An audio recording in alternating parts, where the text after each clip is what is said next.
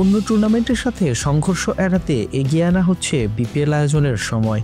টুর্নামেন্টের 11তম আসর মাঠে গড়াবে চলতি বছরের নভেম্বরে। তবে ইতোমধ্যেই শুরু হয়ে গেছে বিপিএলের তোড়জোড়। বদলে যাচ্ছে অন্তত 3টি ফ্র্যাঞ্চাইজির মালিকানা। নতুন মালিকানায় খেলবে এই ফ্র্যাঞ্চাইজিগুলো। বিপিএলের গত আসরের সবচেয়ে বেশি সমালোচিত ছিল দুর্বার রাজশাহী ফ্র্যাঞ্চাইজি। ক্রিকেটারদের বেতন বকেয়া সহ নানা অভিযোগ ছিল তাদের বিরুদ্ধে।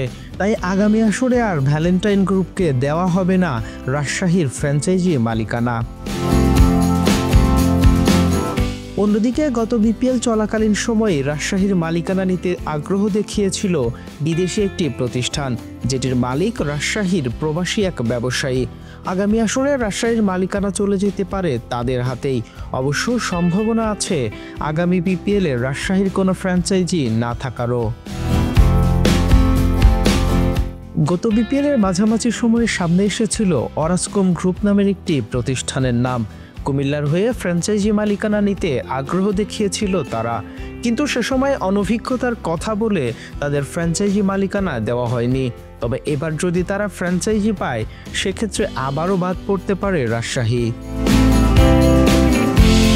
তবে আলোচনার সবচেয়ে বড় নাম সিলেট স্ট্রাইকার্স।